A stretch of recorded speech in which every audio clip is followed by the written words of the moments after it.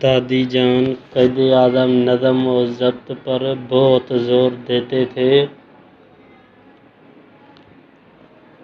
اس بارے میں بھی بتائیں۔ تمہارا سوال بہت اہم ہے۔ قائد اعظم وقت کے بہت پابند تھے۔ ذاتی کاموں کے علاوہ سرکاری تقریبات میں وقت کی پابندی کا خیال رکھتے تھے۔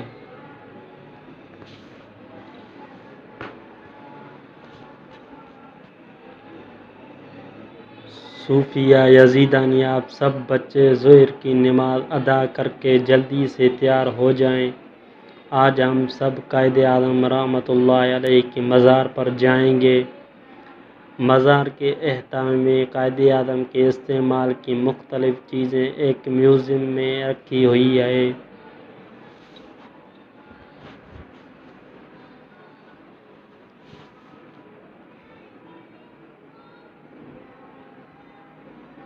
آج آپ کو وہ تمام چیزیں بھی دکھائی جائیں گی۔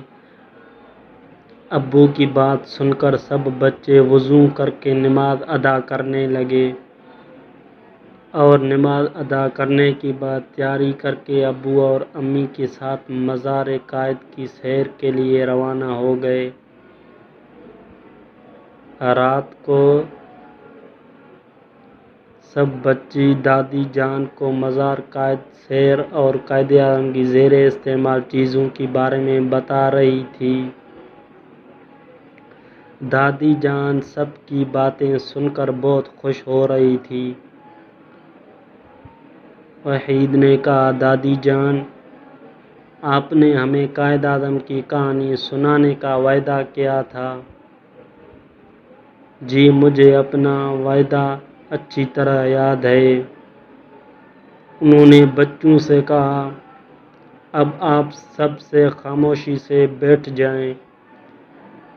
جاری ہے، آج میں آپ کو قائد اعظم کی زندگی کی کہانی سناؤں گی۔ قائد اعظم محمد علی جناح 25 دسمبر 1849 کو کراچی کے محلِ خار ادھر میں پیدا ہوئے۔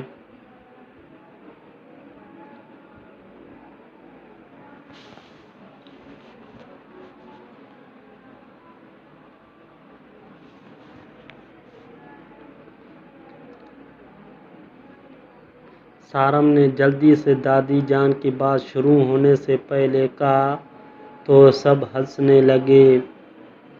سارم، تم صبر کرو، پہلے ہم دادی جان سے قائد اعظم کی کہانی سنیں گے اور دادی جان پوچھیں گی تو ہم بھی قائد اعظم کے بارے میں بتائیں گے۔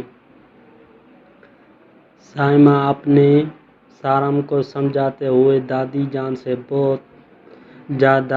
سے بات جاری رکھنے کے لیے کہا، پیارے بچوں، پاکستان کے قیام سے پہلے برصغیر میں مسلمان اور ہندو تھے،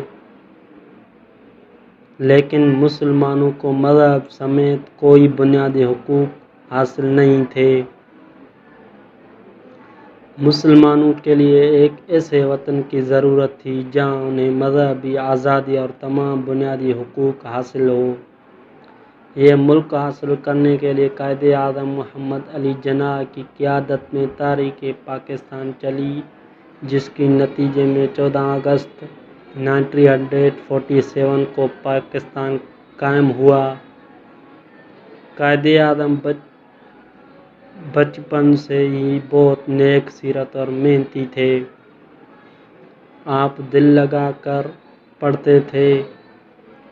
سب بچے دادی جان کی باتیں بہت غور سے سن کر ذہن نشین کر رہے تھے۔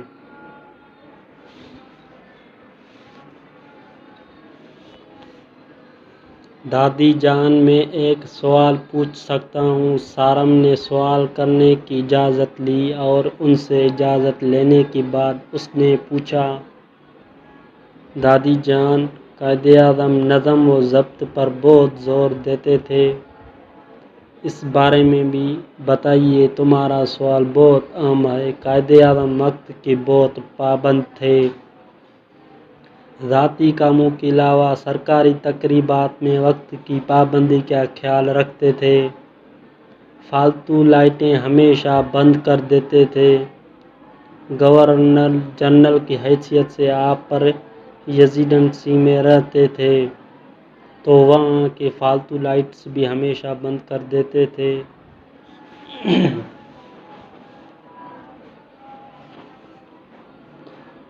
دادی جان، ہمیں بھی تو ایسا ہی کرنا چاہیے نا؟ سارم نے کہا، بالکل صحیح ہے، ہمیں بھی گھر کی فالتو لائٹس بند کر کے رکھنے چاہیے۔ ابو نے سارم کی حوصلہ افزائی کرتے ہوئے دادی جان سے کہا کہ قائد اعظم کے بارے میں باتیں جاری رکھیں۔ قائد اعظم کو اللہ اور پیارے نبی حضرت محمد مصطفیٰ صلی اللہ علیہ وسلم سے بہت محبت تھی۔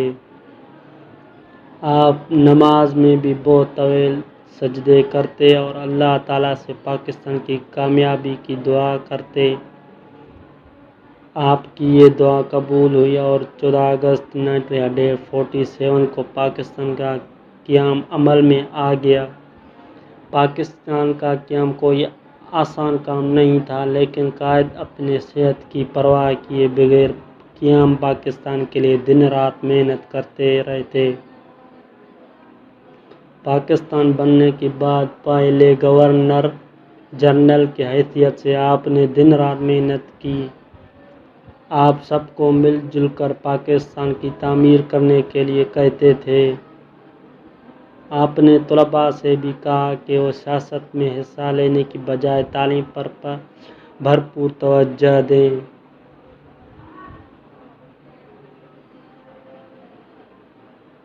بچوں، مجھے خوشی ہے کہ آپ سب قائد اعظم کی کہانی بہت غور سے سن رہے ہیں۔ قائد اعظم اپنی ذات میں ایک تاریخ تھی۔ آپ نے ہمیں اخوت، محبت اور نظم و ضبط کا درس دیا۔ آپ نے دن رات محنت کر کے ہمیں ایک آزاد وطن دیا۔ اس کی حفاظت کرنا ہم سب کا فرض ہے۔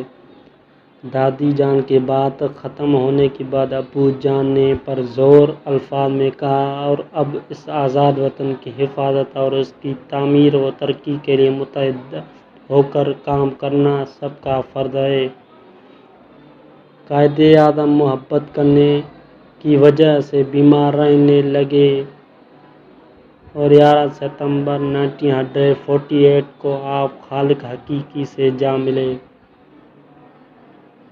ابو جان نے اپنی بات ختم کی تو وحید اور وحیدہ نے دادی جان کا شکریہ ادا کرتے ہوئے قائد اعظم زندہ باد کا، پاکستان زندہ باد کا نعرہ لگایا۔ باقی بچے بھی ان کی ہم زبان ہو کر نعرے لگانے لگے۔